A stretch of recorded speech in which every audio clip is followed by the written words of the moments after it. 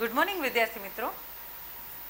મધ્યકાલીન ગુજરાતી સાહિત્યના જે કેટલાક વિશેષ કહેવાતા મુદ્દાઓની આપણે ચર્ચા કરીએ છીએ એ મુદ્દાઓમાં હવે આપણે વાત કરવાની છે એના સાહિત્ય સ્વરૂપોની.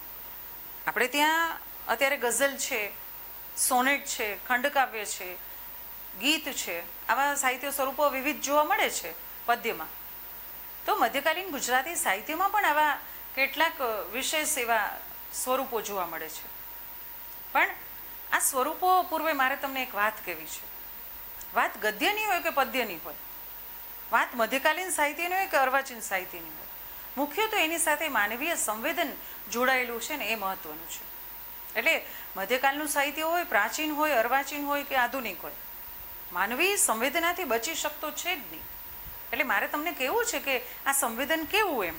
આપણે ઘણી વખત છે ને બધા એમ કહીએ કે એ કવિઓ લખે કે એ લેખકો છે એ વાર્તા લખી શકે. મેડમ અમે કંઈ ન કરી શકીએ. ના, સંવેદન તો તમારી પાસે છે, તમે પણ કરી શકો. અને ભાષાનો વિદ્યાર્થી તો ભાષાનું પ્રભુત્વ ધરાવનારો બનતો હોય છે ધીમે ધીમે ક્રમશઃ, તો એ તો કરી જ શકે. માત્ર સંવેદન ઝીલવાની વાત છે.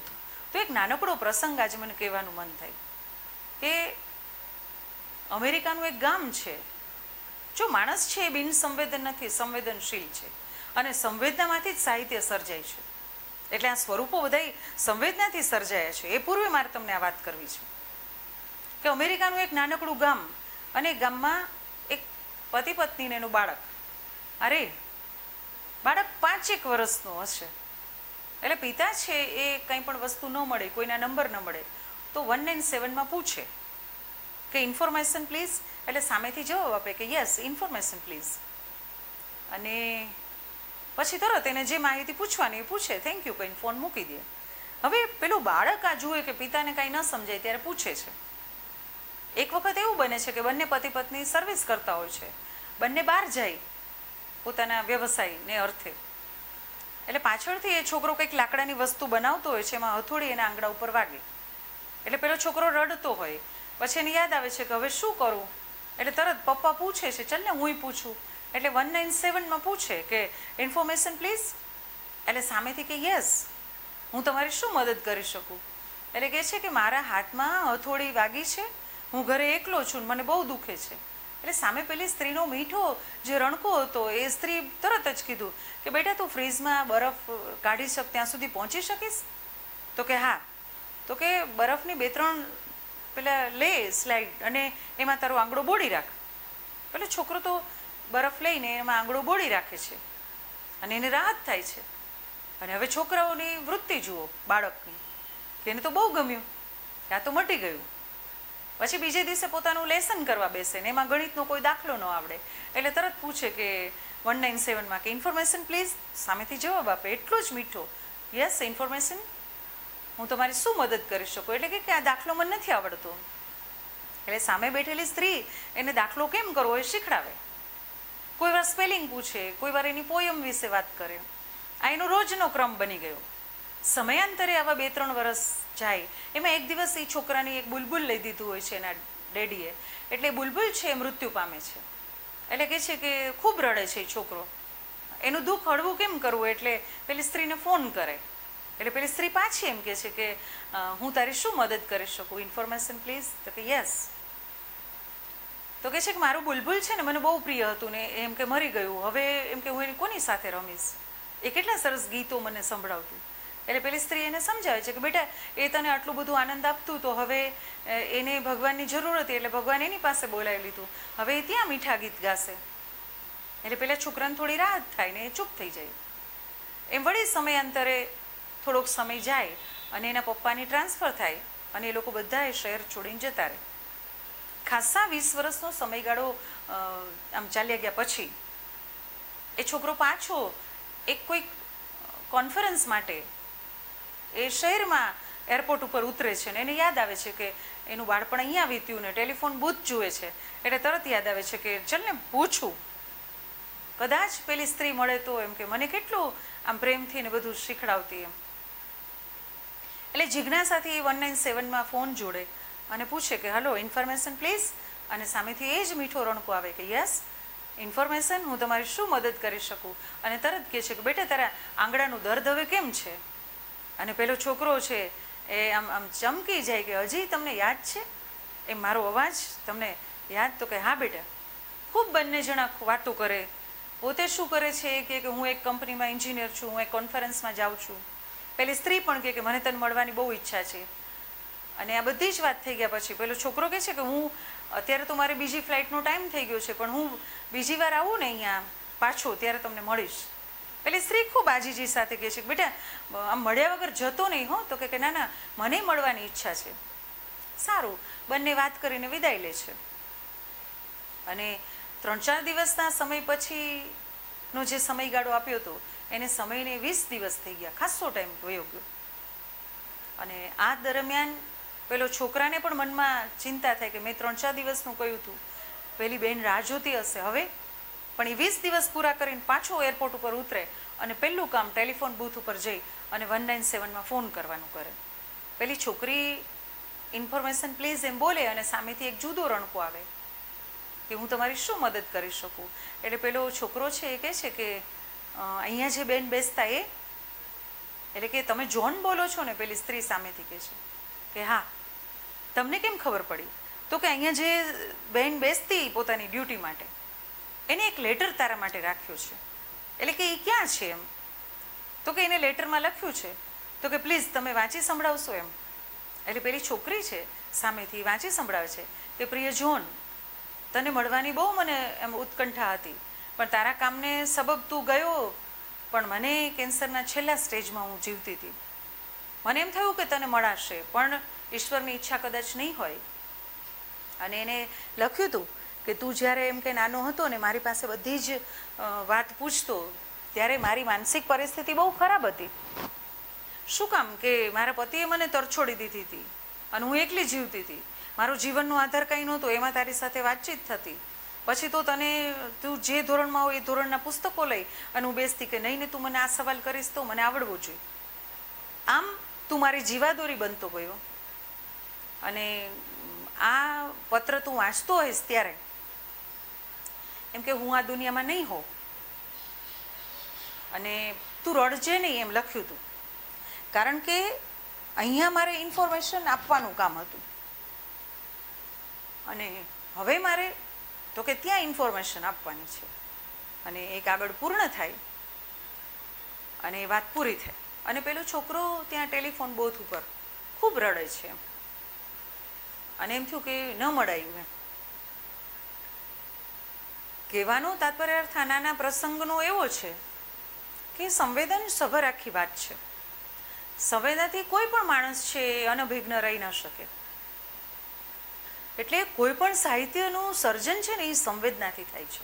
પછી કોઈ મધ્યકાળનો પ્રસંગ હોય, અર્વાચીનનો હોય કે આધુનિકનો હોય. એટલે તંતુ છે સાહિત્યનું જોડાયું છે હૃદય સાથે. એટલે કવિતા છે ને એ આમ હૃદયની ભાષામાં લખાય છે એવું કહેવાય છે. એટલે આ મધ્યકાલીન ગુજરાતી સાહિત્યના કેટલાક સ્વરૂપો છે એના વિશે જ્યારે આપણે વાત કરવાની હોય એ પૂર્વે જો હું નાનકડી એક વાત કરું કે મધ્યકાલીન ગુજરાતી સાહિત્ય મોટે ભાગે પદ્યમાં રચાયું છે અને આ યુગનું સાહિત્યનું વાહન પદ્ય જ હતું. તો કવિતાની ઉત્પત્તિ છે ને એ ક્યાંથી? તો કે માનવ હૃદયમાંથી. માત્ર આ ગદ્યનો એક પ્રસંગ નહોતો, આ એક પદ્ય કવિતા હતી. કારણ કે એનું ઉત્પત્તિ સ્થાન માનવનું હૃદય હતું. હવે તમે વિચાર કરો કે તમે આનંદમાં હો, પદ્ય કેટલું સ્પર્શી જાય છે તમને. તમે આનંદમાં હો કે દુઃખમાં હો, તમને જો ગીત ગાવું ગમશે, કોઈ દર્દનું આમ ગીત હશે ને સેડ સોંગ, તો તમે ગાશો. ભલે તમારી પરિસ્થિતિને અનુકૂળ હશે ને તો તમે ગાશો નહીં, પણ એ ભાવમાં તમે સાંભળશો ને તોય તમને મજા આવશે. તમે આનંદમાં હોય, પેપર સારું ગયું હોય ને સરસ ઘરેથી સમાચાર આવે, મમ્મી કંઈક સરસ બનાવી હોય, એનો આનંદ હોય, તો અહીંથી જાતા જાતા તમે આમ ઉલ્લાસથી જાઓ અને એકાદું ગીત લલકારી નાખો. તો હૃદયને સ્પર્શે છે શું પદ્ય. હું નાનકડું ઉદાહરણ આપું. તમે એક મૂવી જોઈને બહાર નીકળ્યા, આમ તમને ગમતું, અહીંયા આવું ને તમે કહો મેડમ બહુ મસ્ત મૂવી હતું, એટલે હું કહું કે શું વાત, કે એની સ્ટોરી શું? એટલે તમે 3 કલાકનું મૂવી આમ 2-2.5 મિનિટમાં કહી દો કે મેડમ આમ આમ છે, આમ આમ છે. તમે જોજો કોઈ સંવાદો તમને શબ્દશ યાદ નથી રહેતા. પણ તમે એક જ વાર એમાં ગીત આવ્યું હોય તો તમે એક જ લીટી તમને ગમી ગઈ હોય, યાદ રહી હોય, પણ એક જ લીટી તમે આખો દિવસ એને ગુનગુનાવશો. શું કામ? તમારા હૃદયને સ્પર્શી ગઈ. એટલે કવિતાનું ઉત્પત્તિ સ્થાન માનવ હૃદય. પદ્ય છે ને એ હૃદયને સ્પર્શે છે.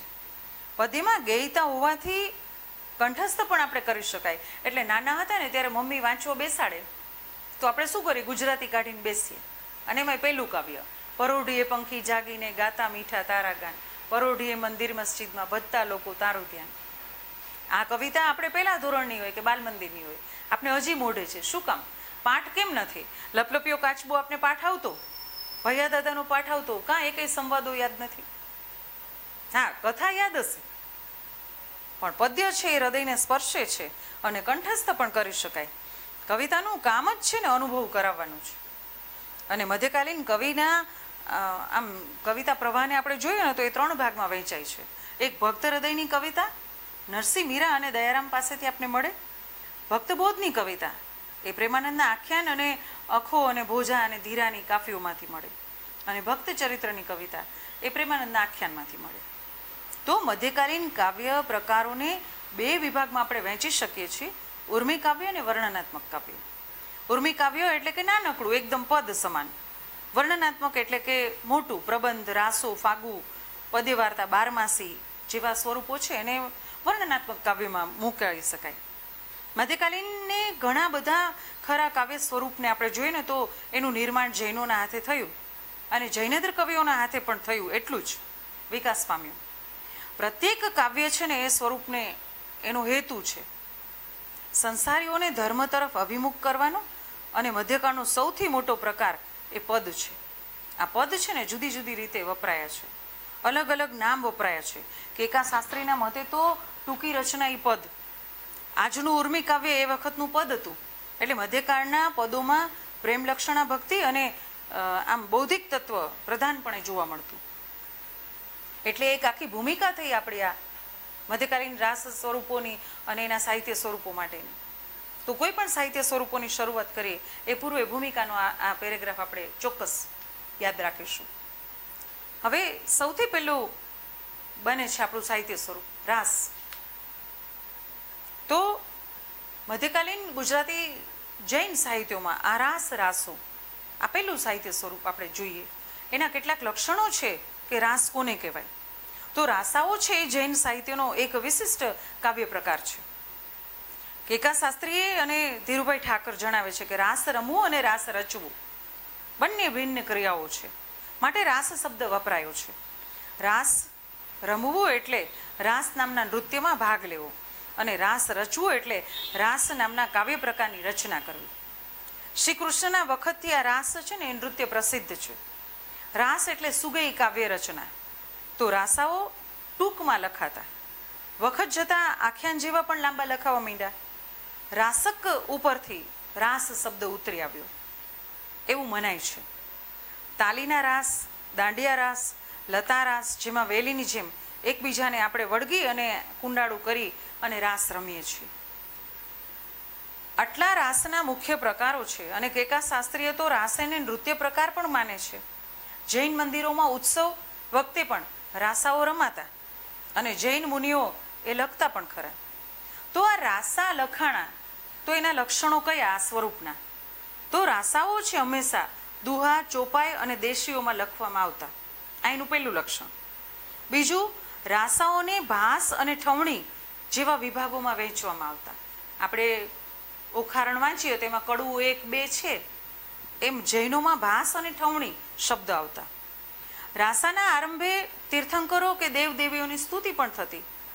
અંતે કવિનો પરિચય આવે ને ફલશ્રુતિ પણ આવે. જૈન રાસાઓમાં તીર્થંકરો અને સાધુ સાધ્વીઓના, શ્રાવકોના, રાજાઓના, મંત્રીઓના ચરિત્રોનું આલેખન થતું. એ ઉપરાંત તીર્થોનો મહિમા, તપ, સંયમ અને ખાસ કરીને આપણે જોઈએ ને કે અહિંસા એનો મહિમા હતો. અનેક નર્તકીઓ હોય, તાલ અને લય હોય અને 4 સુધીની યુગલોની જોડી હોય એવું ગઈ સ્વરૂપ એટલે રાસ. રાસાઓમાં મુક્તકો હોય અને સુભાષિતો પણ આવી શકે. રાસાઓમાં વિવિધ વર્ણનો જેવા કે પ્રકૃતિ, નગર, સ્ત્રી પુરુષોના પૂજા વિધિના વગેરે વર્ણનો આવે અને મુખ્ય કથાની સાથે આડકથાઓ પણ આવે. જૈન ધર્મ ઈશ્વરના અંદર માનતો નથી, તેથી જૈન રાસકો એમાં મનુષ્ય દ્વારા થયેલી જે દેવી ચમત્કારોનું વર્ણન છે એ પણ આવે. અને ખાસ કરીને મહાન વ્યક્તિના સદગુણોનો આમ પ્રભાવ પણ એમાં દર્શાવાયો હોય. એટલે રાસાઓમાં તત્કાલીન સમાજ જીવનની ઝાંખી પણ જોવા મળે. તો આમ રાસા એટલે શું, તો એની કેટલીક આ વિશેષતાઓ આપણે જોઈ. જૈન સાધુઓ કવિઓના હાથે આ રાસ નૃત્ય રાસો નામ આપ્યું. એક કાવ્ય સ્વરૂપ રચાયું, એનું મૂળ સ્વરૂપ બદલાઈ ગયું. જૈન કવિઓ પોતાના ધર્મના ઉપદેશ માટે રાસાઓ લખતા થયા. 12મા શતકથી 15મા શતક સુધીનો યુગને કેકાશાસ્ત્રીએ રાસયુગ નામ આપ્યું. રાસાઓનું મહત્વ આખ્યાના જેમ જ આપણે જોઈએ છીએ. જૈન રાસાઓ તેના સંપ્રદાય માટે લખાય છે, આથી તેમાં કલાત્મકતા થોડીક ઓછી જોવા મળે. મધ્યકાળમાં એકમાત્ર મુસ્લિમ કવિ અબ્દુલ રહેમાને સંદેશક રાસ આપ્યો. અને આ સિવાય સપ્તક્ષેત્રી રાસ જૈન ધર્મની આ 7 પૂજા વિધિનું વર્ણન આમાં છે. પાટણના સમરસિંહે જૈન મંદિરોનો જીર્ણોદ્ધાર કર્યો, એટલે સમર રાસુ બનાવવામાં આવ્યું કૃતિ. વણિક પેથળ શાહે સંઘયાત્રાનું આયોજન કર્યું, તો તેનું વર્ણન પેથળ રાસમાં છે. આબુની તળેટીમાં કછુલી નામે જૈન તીર્થ છે, તેનું વર્ણન કછુલી રાસમાં છે. મહાવીરના શિષ્ય ગૌતમ સ્વામી, કુમારપાળ જેવા રાજાઓ અને વસ્તુપાળ તેજપાળ જેવા મંત્રીના રાસા પણ વિષય બન્યા છે. કેટલાક કવિઓની કૃતિઓ આપણે જોઈએ તો વિજયસેન સુરી પાસેથી રેવંતગીરી રાસ, શાલિભદ્ર સુરી પાસેથી ભરતેશ્વર બાહુબલી રાસ, વિનયચંદ્ર સુરી પાસેથી વિશલદેવ સપ્તક્ષેત્રી રાસ, અંબદેવ સુરી પાસેથી સમર રાસ, મંડલિક પાસેથી પેથળ રાસ, વિનયપ્રભ સુરી પાસેથી ગૌતમ સ્વામી રાસ, ઋષભદાસ પાસેથી કુમારપાળ રાસ, સમય સુંદર પાસેથી વસ્તુપાળ તેજપાલ રાસ, પ્રજ્ઞા તિલક સુરી પાસેથી કછુલી રાસ, નેમી વિજય પાસેથી શીલવંત રાસ અને અબ્દુલ રહેમાન પાસેથી સંદેશક રાસ. આમ આ રાસ સ્વરૂપની લાક્ષણિકતા અને કેટલાક કવિઓના હાથે આ રાસ સ્વરૂપ રચાયું. આપણે બીજા મુદ્દામાં પાછા ફરી મળીશું. ત્યાં સુધી નમસ્કાર.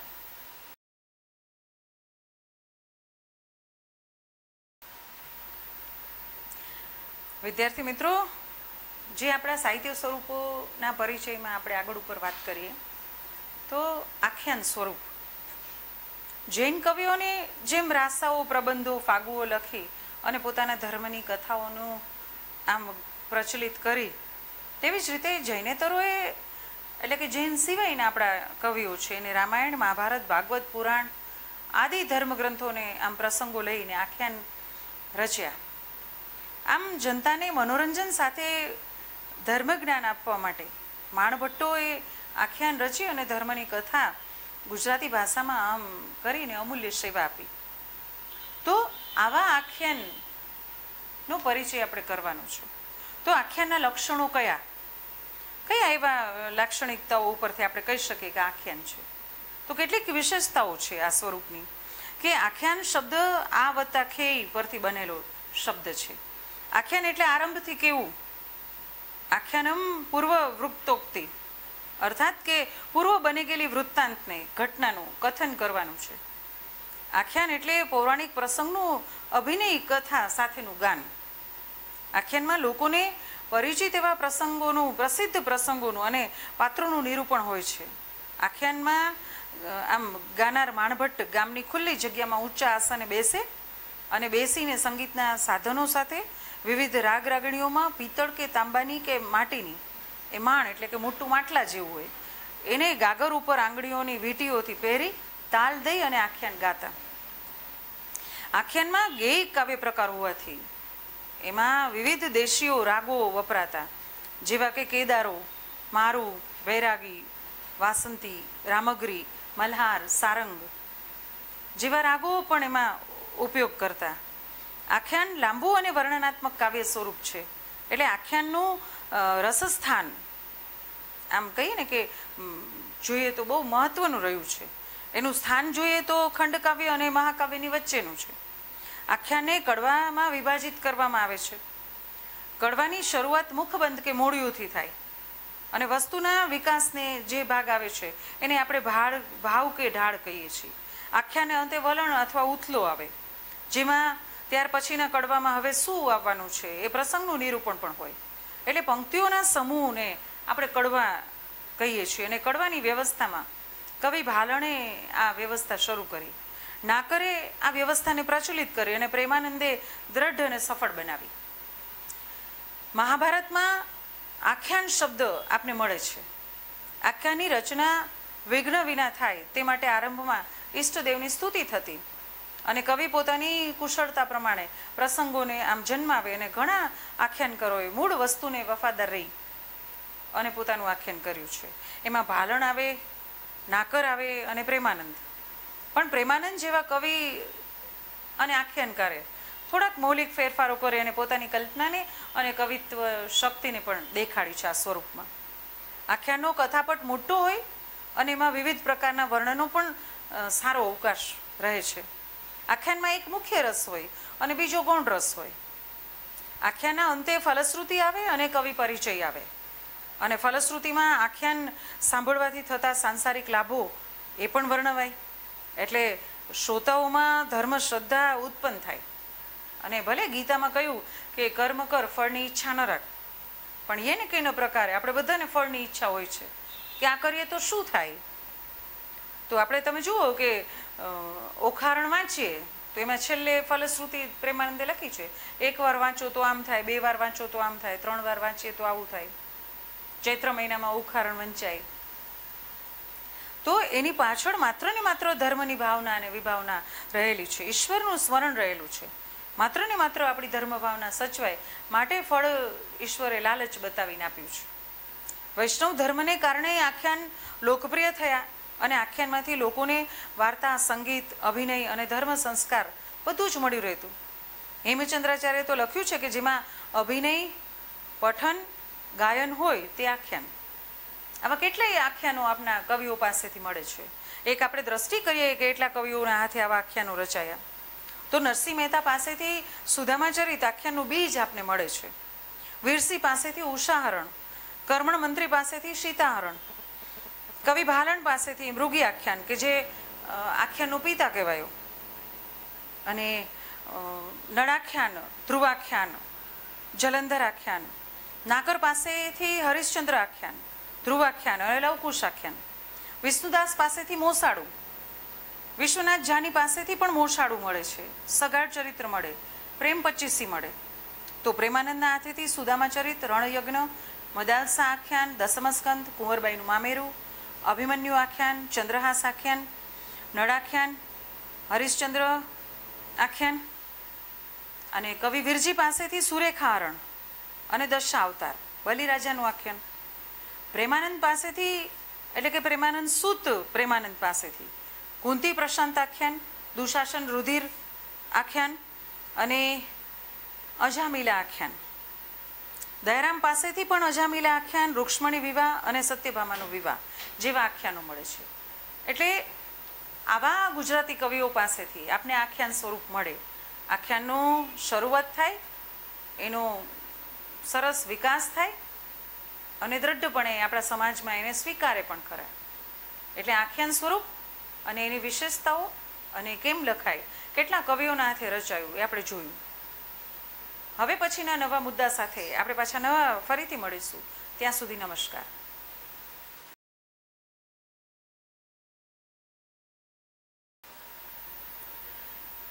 ગુડ મોર્નિંગ વિદ્યાર્થી મિત્રો. મધ્યકાલીન ગુજરાતી સાહિત્ય સ્વરૂપોમાં જે સ્વરૂપો વિશે વાત થઈ, આજે એક નવા સ્વરૂપ વિશે વાત કર્યું છે, બારમાસી.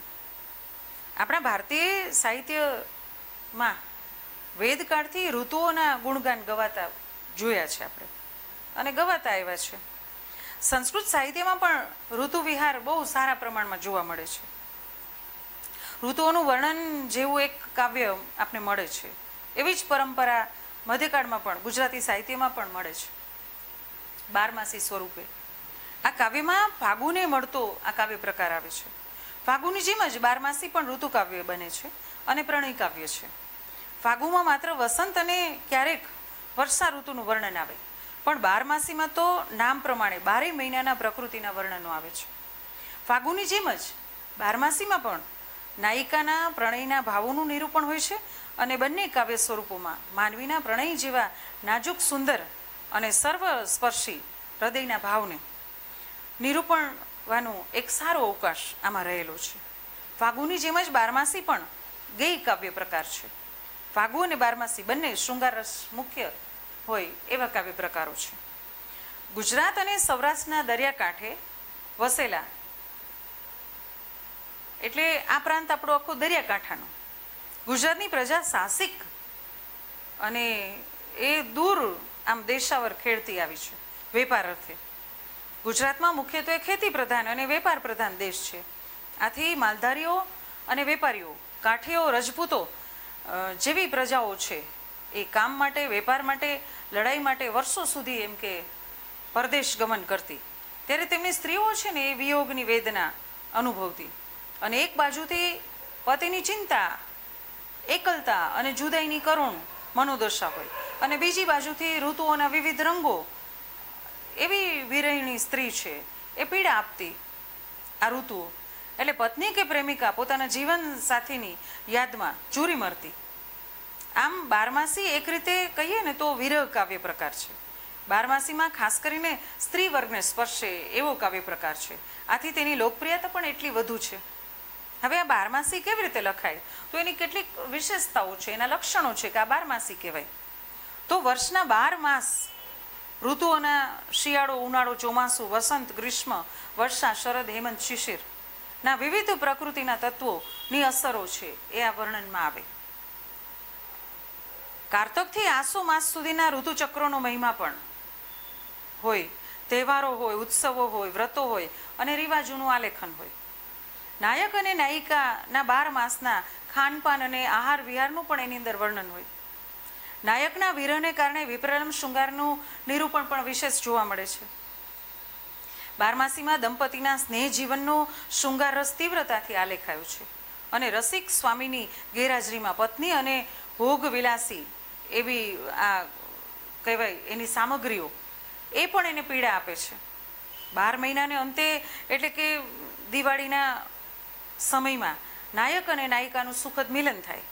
કુદરતના વર્ણનોના પશ્ચાત ભૂમિકામાં જે અસરો લખાય છે એ માનવ હૃદયના ભાવોને ખીલી ઉઠાવે. બારમાસી દ્વારા તત્કાલીન સમાજ જીવનની પણ ઝાંખી જોવા મળે. જૈન કવિઓના હાથે બારમાસી લખાય છે. નેમિનાથ અને રાજુલનો પ્રસંગ, સ્થુલીભદ્ર અને કોશાનો પ્રસંગ વિશેષ આલેખાયો છે. હિન્દુ કવિઓએ રાધાકૃષ્ણના નિમિત્ત બનાવીને આ બારમાસી કાવ્યો લખ્યા છે. આ સિવાય લોક સાહિત્યની કેટલીક એવી પ્રેમકથાઓ છે એમાં પણ બારમાસી જોવા મળે છે. એ પણ બારમાસીની કવિતા બને છે. ચારણ કવિઓએ પણ પોતાની જોશીલી જબાનમાં બારમાસી લલકારી છે. તે ઉપરાંત કોઈ દાતા, વીર કે મિત્રની સ્મૃતિમાં પણ મરશિયાના સ્વરૂપે પણ બારમાસી ગવાતી રહી છે. કવિ શામળ ભટ્ટે તો 32 પૂતળીની વાર્તામાં કણબીના 12 માસનો એક આખો પ્રસંગ આલેખ્યો છે. જ્ઞાન માર્ગના કવિઓએ પણ મહિનાઓ આપ્યા છે. સાહિત્યના જીવને શિવનો વિરહ આલેખ્યો છે એ મહિનાઓમાં. એટલે એકંદરે જોઈએ તો આ બારમાસી સાહિત્ય સ્વરૂપ છે એ ખૂબ ખેડાયેલું છે. કેટલાક સર્જકોની રચના જોઈએ કે વિનયચંદ્ર સુરી પાસેથી નેમિનાથ ચતુષ્પદિકા, ચરિત્ર કલશ પાસેથી નેમિનાથ રાજમતી બારમાસી, ગુણ સૌભાગ્ય પાસેથી નેમિનાથ બારમાસી, જીન વિજયજી પાસેથી નેમી રાજુલ બારમાસી, લાવણ્ય સમય પાસેથી સ્થુલીભદ્ર 2100, ઉદયરત્ન પાસેથી સ્થુલીભદ્ર ફાગુ, નવરાસ, અખા પાસેથી જ્ઞાનમાસ, વલ્લભ ભટ્ટ પાસેથી માતાજીના મહિમા, પ્રીતમ પાસેથી જ્ઞાનમાર, બાપુ સાહેબ પાસેથી જ્ઞાનમાસ, ભોજા પાસેથી જ્ઞાનમાસ, રત્નેશ્વર પાસેથી રાધિકા વિરહના દ્વાદશ માસ, રત્ના પાસેથી મહિનાઓ, રાજે પાસેથી મહિનાઓ અને દયારામ પાસેથી રસ્યાજીના 12 માસ જેવી કૃતિઓ મળે છે. એટલે આ મધ્યકાલીન ગુજરાતી સાહિત્ય સ્વરૂપ બારમાસી તમામ સ્વરૂપોમાં એટલું લોકપ્રિય થયેલું આ સ્વરૂપના મુદ્દાને આપણે પૂરો કરીએ. નવા મુદ્દા સાથે આપણે પાછા ફરી મળીશું. નમસ્કાર. ગુડ મોર્નિંગ વિદ્યાર્થી મિત્રો. મધ્યકાલીન ગુજરાતી સાહિત્ય સ્વરૂપોની જે કેટલીક ચર્ચાઓ કરીએ છીએ, આજે મુદ્દો છે પદ્ય વાર્તા. પદ્ય વાર્તા એ મધ્યકાળનો સૌથી જૂનો સાહિત્ય પ્રકાર છે. હવે વાર્તા સાહિત્ય માણસ જેટલું પ્રાચીન છે, સેંકડો વર્ષોથી લોકોમાં કહેવાતી આવી છે આ વાર્તા, અને રસથી સંભળાતી આવી છે આ વાર્તા. પદ્ય વાર્તાનું મૂળ છે ને સંસ્કૃત સાહિત્યમાં, લોક સાહિત્યમાં અને જૈન સાહિત્યમાં રહેલું છે. ભારતની પ્રજાને ધર્મનો બોધ તો ગળથુથીમાંથી જ મળેલો છે. ધર્મની અતિશયતા ક્યારેક અરુચિ ઊભી કરે. લોકોના જીવન રસને આમ ટકાવવા તેના માનસિક સંતોષ ખાતર કાલ્પનિક પદ્ય વાર્તાઓ રચી છે. તો વાર્તાકારો વાર્તા દ્વારા લોકોનું મનોરંજન પણ કરતા હતા અને સાથે નીતિ અને વ્યવહારનું એક ઓછળ પણ આપતા હતા. એટલે પદ્ય વાર્તા લખાતી એ જનમનોરંજન માટે અને બોધ કરાવવા માટે પણ. આ પદ્ય વાર્તાના કેટલાક લક્ષણો છે. પદ્ય વાર્તાઓ મોટે ભાગે દોહરા, ચોપાઈ, છપ્પા, મનહર જેવા છંદોમાં રચવામાં આવતી. મધ્યકાળની પદ્ય વાર્તાઓ આજની વાર્તાઓ કરતાં અનેક રીતે જુદી પડે છે. પદ્ય વાર્તા કથન અને શ્રવણ દ્વારા એના સમૂહમાં માણવાનો એક પ્રકાર હતો. લોકો નવરાશના સમયમાં આમ ચોરે ચૌટે ડેલીએ ભેગા થતા અને વાર્તાનો આનંદ માણતા. પદ્ય વાર્તામાં પ્રેમ કથાઓ ઘણી જોવા મળે છે. કથાની વસ્તુ દ્રષ્ટિએ જોઈએ ને તો નાયક નાયિકા વચ્ચે પ્રથમ દ્રષ્ટિએ પ્રેમ ઉત્પન્ન થાય, તેમના મિલનમાં વિઘ્નો આવે અને અનેક પરાક્રમો થતા અંતે સુખદ મેળાપ થતો. પદ્ય વાર્તાની શરૂઆત સીધી રીતે જ થતી અને વાર્તાની વચમાં આડ પ્રસંગોની ગૂંથણી પણ કરવામાં આવતી, જેના કારણે શ્રોતાઓનું કુતૂહલ જળવાઈ રહે. પદ્ય વાર્તામાં નીતિબોધ કરતા સુભાષિતો આવતા. દાખલા તરીકે નંદ બત્રીસીમાં પાત્રોની વચ્ચે ચતુરાઈની કસોટી કરવામાં અને બુદ્ધિ વિનોદ પૂરો પાડવામાં સમસ્યાઓનો ઉપયોગ થતો. દાખલા તરીકે સિંહાસન બત્તીસીમાં, નંદ બત્રીસીમાં, મદન મોહના ચંદ્રચંદ્રાવતી જેવી વાર્તાઓમાં. પદ્ય વાર્તામાં નાયક નાયિકા કરતાં વધુ તેજસ્વી હોય, જેમ કે ચંદ્રાવતી, હંસાવતી, કામાવતી, પ્રેમાવતી, મોહના જેવી નાયિકાઓ સર્વકળામાં નિપુણ દર્શાવાય અને કોઈ પણ તરફથી એ તો કે મુસીબત આવે તો એનો સામનો કરે. એટલે નારી નરકની ખાણ છે તો નારી રત્ન સમાન છે, એ બે નારીના સ્વરૂપ છે એ નિરૂપાય છે. પદ્ય વાર્તામાં અદ્ભુત રસનું ભાવન માટે કાયાકલ્પ થાય, વશીકરણ થાય, મંત્ર તંત્ર આવે, પશુ પક્ષીના બોલીઓ સમજવાની આવે, જન્મ જન્માંતરની વાતો આવે, મૃત્યુ થાય પછી સંજીવની આવે વિદ્યા, પરકાયા પ્રવેશ આવે, આકાશ પાતળ ગમન આવે, ઉડણ પાવડી આવે, ભૂત પ્રેત આવે, દેવી દેવતાઓના ચમત્કારો આવે. આવી સામગ્રીઓનો ઉપયોગ કરી અને આ સિવાય હંસ, પોપટ, નાગ જેવા માનવેતર પ્રાણીઓ પણ આવે અને પોતાના એ ફાળા દરમિયાન એ નાયક નાયિકાનું મિલન પણ કરાવે. પદ્ય વાર્તામાં સમકાલીન સમાજ જીવનના રંગો પણ જોવા મળે. પુનર્જન્મ, અકસ્માત, કર્મફળ, કર્મવાદ, ભાગ્યવાન, નસીબ, જાદુ, જ્યોતિષી, મણી આવે, જડીબુટ્ટી આવે, આ બધું જ આવે અને લોકોની શ્રદ્ધા હતી આ બધામાં. બાળ લગ્ન, વૃદ્ધ લગ્ન અને આંતરજ્ઞાતીય લગ્નોના નિરૂપણ થતા હતા. સ્ત્રીઓ કુટુંબોને ત્રાસ અનુભવતી અને આ બધી જ બાબતોનું સામાજિક પ્રતિબિંબ પડતું આ વાર્તામાં. પદ્ય વાર્તામાં વર્ણનો એક સરખા જોવા મળે છે. દાખલા તરીકે નગરનું વર્ણન, વતનનું વર્ણન, વનનું વર્ણન, સ્ત્રી પુરુષના સૌંદર્યનું વર્ણન. પદ્ય વાર્તામાં અંતે કવિ પરિચય હોય, ફલશ્રુતિ હોય અને મોટા ભાગની પદ્ય વાર્તા કથા સરિત સાગર, વૈતાલ પચીસી, સિંહાસન બત્રીસી, સુખ સપ્તસતી જેવા સંસ્કૃત ગ્રંથોને આધારે રચવામાં આવી. તો જૈન તેમજ જૈનેતર કવિઓને પણ પદ્ય વાર્તાઓ લખી છે. જૈન વાર્તાઓમાં જૈન ધર્મનું મહત્વ રહેલું છે. જૈનેતર વાર્તાઓમાં કલ્પના છે, આનંદ છે અને અનંતરાય રાવળે તો એમ કહ્યું છે કે મધ્યકાલીન સાહિત્યને જો સોગ્યું માનનારાનો પડકાર ફેંકે એવો આ કાવ્ય પ્રકાર પદ્ય વાર્તાનો છે. લોકોના જીવનનો થાક ઉતારી નાખે, તેના દિલો દિમાગને હળવા બનાવી દે અને જીવનમાં રસ પૂરવાનું કામ પદ્ય વાર્તાએ કર્યું છે. માણસને 24 કલાક આમ ધાર્મિક વૃત્તિ નથી ગમતી અને ધાર્મિક વૃત્તિ નથી અનુભવતો પણ સંસારી રીતે બે ઘડી એને આનંદ પણ જોઈએ છીએ. એટલે મધ્યકાળમાં જે કેટલીક લોકપ્રિય પદ્ય વાર્તાઓ રચાઈ, એ કેટલીક આવી પદ્ય વાર્તાઓ રચાઈ છે. આપણે એ જોઈએ કયા કવિઓના હાથે કઈ પદ્ય વાર્તા રચાય છે.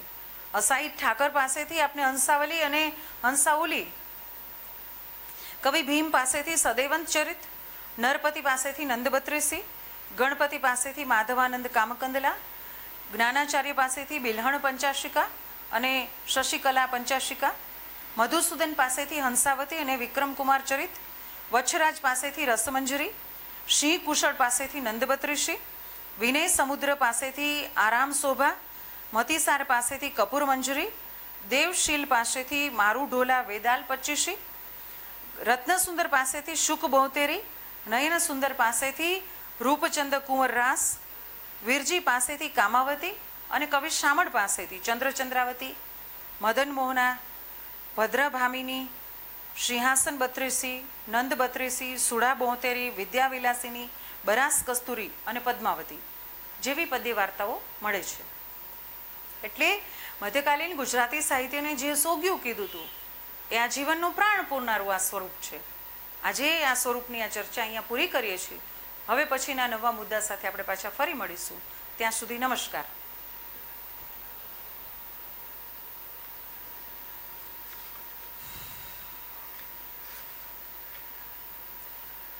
ગુડ મોર્નિંગ વિદ્યાર્થી મિત્રો. મધ્યકાલીન ગુજરાતી સાહિત્ય સ્વરૂપોમાં જ આપણે ફાગુ સ્વરૂપ વિશે જ વાત કરીશું. આ કાવ્ય સ્વરૂપનો આરંભ પણ જૈન સાધુના હાથે થયો. ફાગુની શબ્દ વ્યુત્પત્તિ આ પ્રમાણે છે: ફલ્ગુ, ફગ્ગુ, ફાગ અને ફાગુ. ગુજરાત અને રાજસ્થાનના ફાગ ગીતોમાંથી ફાગુ જેવું શિષ્ટ કાવ્ય સ્વરૂપ રચાયું છે. મેં બીજું શરૂ કરી દીધું.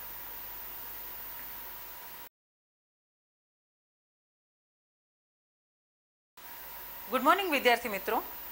મધ્યકાલીન સાહિત્ય સ્વરૂપોમાં કેટલીક ચર્ચાઓ કરીએ છીએ. આ ફાગુ સ્વરૂપની ચર્ચા આપણે આજે કરીએ. આ ફાગુ કાવ્ય સ્વરૂપનો આરંભ પણ જૈન સાધુઓના હાથે મળે છે.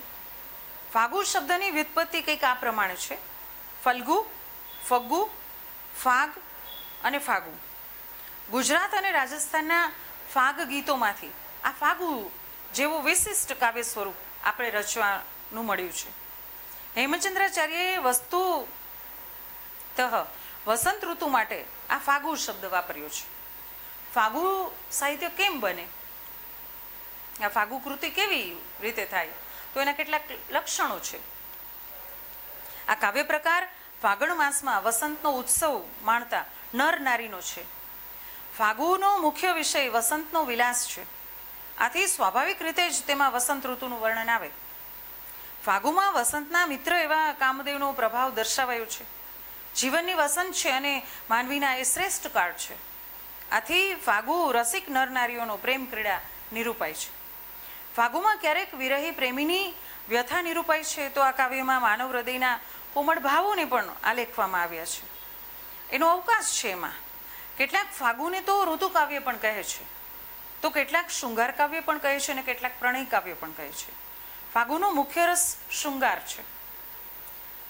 રાસાઓની જેમ ફાગુ પણ શરૂઆતમાં અભિનય સાથે ગવાતું, વખત જતાં જૈન મુનિના હાથે સંપ્રદાયનું એ સાધન બનીને એક કાવ્ય પ્રકાર બને છે.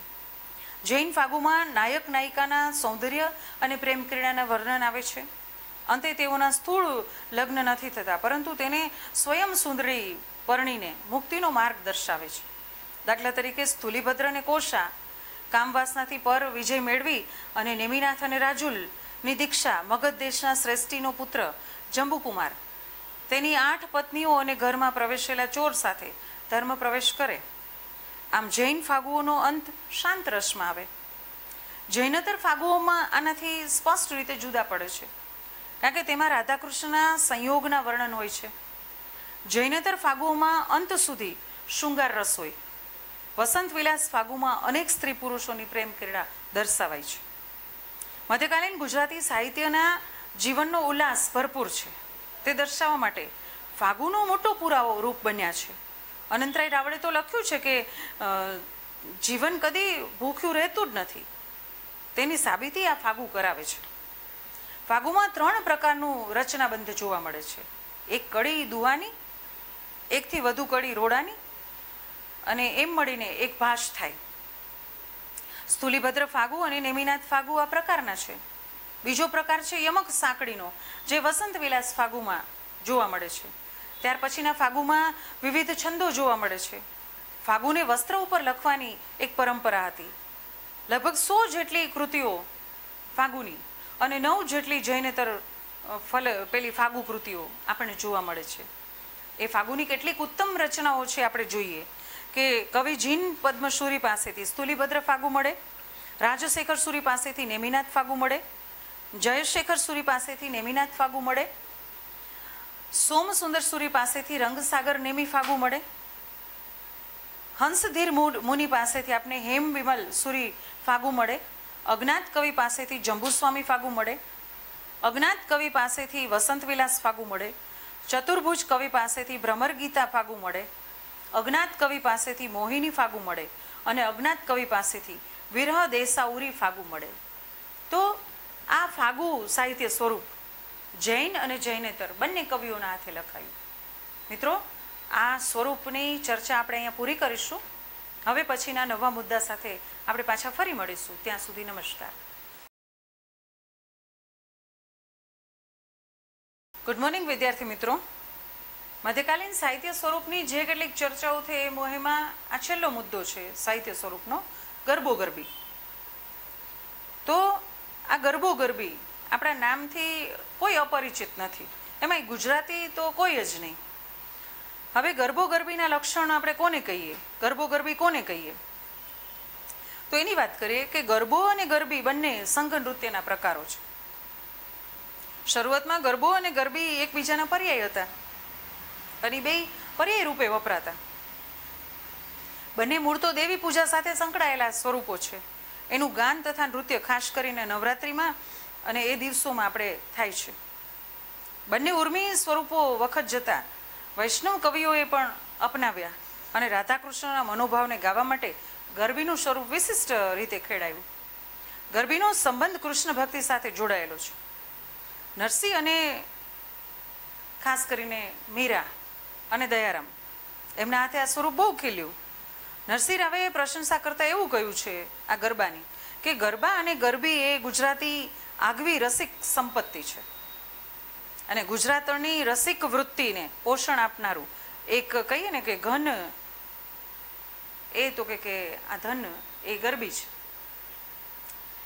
ખાસ કરીને ગુજરાતની પ્રજા ખેતી પ્રધાન પ્રજા, ઉત્સવ પ્રિય અને ઉલ્લાસનું પ્રતિબિંબ પાડતી પ્રજા છે.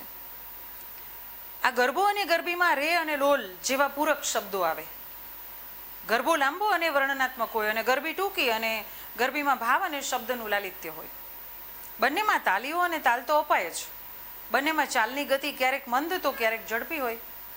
તાલ એ ગરબીનો આત્મા છે અને હીંચ અને ચલતી પણ એક જાતનો તાલ જ છે. ગરબામાં મંગલાચરણ હોય, ફલશ્રુતિ હોય અને ગરબામાં શક્તિના બંને સ્વરૂપ હોય, રુદ્ર અને સૌમ્ય બંને સ્વરૂપની આરાધના હોય.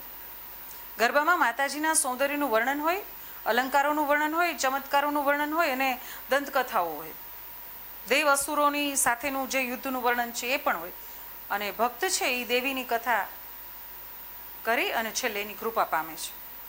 ગરબીમાં રાધાકૃષ્ણ ગોપીના મનોભાવ સાથે કુટુંબ જીવન અને સામાજિક વસ્તુ પણ નિરૂપિત હોય. કાઠિયાવાડની સ્ત્રી પુરુષોની મસ્તી, ખુમારી અને છટા આ ગરબીમાં જોવા મળે છે. ગરબામાં શૃંગાર, વીર, કરુણ, શાંત અને અદ્ભુત રસમાંથી કોઈ પણ રસનું નિરૂપણ થયું જોવા મળે છે. ગરબો શબ્દ એ ગર્ભદીપ ઉપરથી આવેલો શબ્દ છે એમ આપણે માનીએ છીએ. માટીના ઘડામાં એમ કે કાણા પાડવામાં આવે અને ગરબો કોરાવવો કહેવાય. કોરાવેલા ગરબાની વચમાં દીવો મુકાય અને એ ગરબાને માથા ઉપર ઉપાડીને કન્યાઓ ઘેરે ઘેરે ગાતી ઘૂમે. હવે તો આ પ્રથા બંધ થઈ ગઈ છે. નહીં તો નાની નાની છોકરીઓ માથે ગરબા લઈને આવે અને એમ કે બેન ગરબા ગવડાવા છે અને પછી એ ગીત ગાય, ગરબડિયા ગરાવો, ગરબે ઝારિયા મેલાવો, અને ઘોઘા ગાવા આવે છોકરાઓ. નવરાત્રિમાં ગરબી માથે મૂકીને દેવીની સ્તુતિમાં જે ગીતો ગવાતા તેને ગરબો કહેવાય. અને ગરબાને શણગારવામાં ગામના તમામ લોકોનો એવો ફાળો હોય, જેવો કે કુંભાર, ઘાંચી, સોની, માળી, સુથાર, આ લોકો. અને આપણે નથી કહેતા રમતો જમતો ગયો કે સોનીડાને હાટ, અલ્યા સોનીડાની નાર તું તો સૂતી હોય તો જાગ, માના ગરબે રૂડા ઝાંઝર લઈ આવું. તો આવા ગરબાઓ આપણે ગાઈએ છીએ ને, આપણે એ વસ્તુથી બહુ વિદિત છીએ, એટલે પોતાનો ફાળો આપે છે દરેક લોકો. અને આવો ગરબો પછી ઘૂમતો ઘૂમતો ક્યાં જાય તો કે રાજને દરબાર પહોંચે, અને સામાન્ય રીતે પુરુષો ગાય તે ગરબી, અને સ્ત્રીઓ અને પુરુષો બંને ભાગ લે એ ગરબો ગરબી, એવા નામ પ્રગટ થયા. ગરબો ગરબી નામે છંદો પણ હતા. ગુજરાતમાં નવરાત્રિમાં ગવાય તેને ગરબો કહેવાય, અને સૌરાષ્ટ્રમાં તેને ગરબી કહે છે. અને બંને પ્રદેશમાં આ તફાવત છે. ગરબીનો અર્થ છે એ માંડવી પણ થાય છે, જેમાં દીવા રાખ્યા હોય અને લાકડાની ઘોડી હોય, અને આ માંડવીની આસપાસ ફરીને જે ગીતો ગવાતા હોય તેને ગરબી નામ મળ્યું. આમ ગરબો અને ગરબી વસ્તુવાચક નામો છે, તેને બદલે કાવ્ય પ્રકારના નામો પણ બની ગયા. ગુજરાતમાં આપણી સુંદરીઓ પોતાના લાલિત્ય સભર દેહને નમાવીને, લટકાથી ગાઈને, સાદાઈથી ઘૂમીને ગરબીઓ ગાય છે. ગરબા કે ગરબીમાં ઘૂમતી નારીઓ અને પુરુષો ક્યારેય વિશિષ્ટ પોશાક ધારણ કરે છે? શંકર પ્રસાદ રાવલ તો એવું લખે છે કે સૌમ્ય, સંયમિત અને ભવ્ય નૃત્ય કલા છે આ ગરબો. નિર્માલ્ય, દિવ્ય કલા, શરીર, હૃદય, મન, આત્મ, ધર્મ, સંસ્કાર અને સંસ્કૃતિને શોભાવે છે. ગરબા કે ગરબી બેઠા બેઠા પણ ગવાય અને ફરતા ફરતા પણ ગવાય, અને ઝીલાય પણ ખરા. કવિ ભાણદાસે સૌપ્રથમ આ ગરબા ગરબીની કલ્પના કરી અને ગરબા શબ્દનો પ્રયોગ કર્યો. તેણે વિરાટ આ ગરબાની કલ્પના કરી છે. બહુ સુંદર કલ્પના છે કે આખું ગગન મંડળ એ ગાગર છે, અને સૂરજ તેમાં દીપક છે, ચંદ્રનો પ્રકાશ છે અને પૃથ્વી રૂપ કોળિયું છે, મેરુ પર્વતની વાટ છે અને 7 સાગરનું તેલ છે, ચારેય બાજુ મોતીઓની માળા છે, અને એનાથી ગરબો શણગારવામાં આવ્યો છે. અને આવો ગરબો લઈ અને ભવાની રાસ રમતી હોય ત્યારે મા ભવાનીનું સ્વરૂપ કેટલું સુંદર અને રમણીય લાગે. નરસિંહ, મીરા, ભાલણના કેટલાક પદો છે એ ગરબી જેવા છે. ભાણદાસ પછી હરગોવિંદદાસ, શિવાનંદ, રણછોડજી દિવાન, મીઠું, યદુરામે માતાજીના સ્તોત્રો લખ્યા છે, અને આવા અજોડ ગરબા પણ લખ્યા છે. કવિ વલ્લભ ગરબામાં અજોડ રહ્યો છે. તેને મહાકાળીનો ગરબો આપ્યો છે, આનંદનો ગરબો આપ્યો છે, શણગારનો ગરબો આપ્યો છે, આરાસુરનો ગરબો જેવા અનેક ગરબાઓ રચ્યા છે. વલ્લભે કજોડાનો ગરબો અને કલિકાળનો ગરબો પણ આપ્યો છે, જેમાં એ સમય અનુસાર અધપતનનું વર્ણન છે, અનાચારનું વર્ણન છે, અને આમ ગરબામાં સામાજિક વસ્તુનું પણ નિરૂપણ કરી અને નવી ભાવ અને છાપ ઊભી કરી છે. આ સિવાય રણછોડ ભગતે પણ રણછોડજીનો ગરબો લખ્યો છે. નાથ ભવાને પ્રેમ ચાતુરીનો, કવિ પ્રીતમનો બ્રહ્માજીનો ગરબો અને હનુમાનજીનો ગરબો છે. તો કવિ શામળે મહાકાળીનો ગરબો લખ્યો છે, અને દયારામે વ્રજવાસીનો ગરબો લખ્યો છે, અને કાત્યાયનીનો ગરબો પણ લખ્યો છે. આ સિવાય રઘુનાથ દાસે, કવિ રાજે, શાંતિદાસ, થોભણ, બ્રહ્માનંદ, પ્રેમાનંદ, નિષ્કુળાનંદ જેવા અનેક કવિઓના હાથે ગરબી સાહિત્યમાં પણ એટલો જ ફાળો અપાયો છે. ગરબીઓમાં દયારામ સર્વોચ્ચ રહ્યા છે. આવા કેટલાક ગરબા રચનાર અને ગરબી રચનાર કેટલાક કવિઓનું નામ આપણે જોઈએ તો કવિ ભાણદાસ પાસેથી, હરગોવિંદદાસ પાસેથી, શિવાનંદ પાસેથી, રણછોડજી દિવાન પાસેથી, મીઠું પાસેથી, વલ્લભ ભટ્ટ પાસેથી, નાથ ભવાન, પ્રીતમ, શામળ અને દયારામ, આ બધા કવિઓ પાસેથી આપણે ઉત્કૃષ્ટ ગરબા રચના જોવા મળે છે. તો નરસિંહ, મીરા, ભાલણના કેટલાક પદોને લઈએ. રઘુનાથદાસ, રાજે, શાંતિદાસ, થોભણ, બ્રહ્માનંદ, પ્રેમાનંદ, નિષ્કુળાનંદ, કવિ પ્રીતમ, રણછોડજી દિવાન, દયારામ જેવા કવિઓ પાસેથી આપણે ઉત્તમ ગરબી રચનાઓ પણ મળે છે. એટલે મિત્રો, આ તબક્કે ગુજરાતી સાહિત્યમાં જે સાહિત્ય સ્વરૂપો આવ્યા, અને એમાંય આ મધ્યકાલીન ગુજરાતી સાહિત્ય સ્વરૂપોમાં આપણે જે ઉત્તરોત્તર દરેક સ્વરૂપોની ચર્ચા કરી, એના લક્ષણો અને એની વિશેષતાઓની ચર્ચા કરી, આ સાથે આપણે આ મુદ્દો સાહિત્ય સ્વરૂપોનો પૂરો કરીએ છીએ. હવે પછીના નવા મુદ્દા સાથે પાછા ફરી મળીશું. ત્યાં સુધી નમસ્કાર.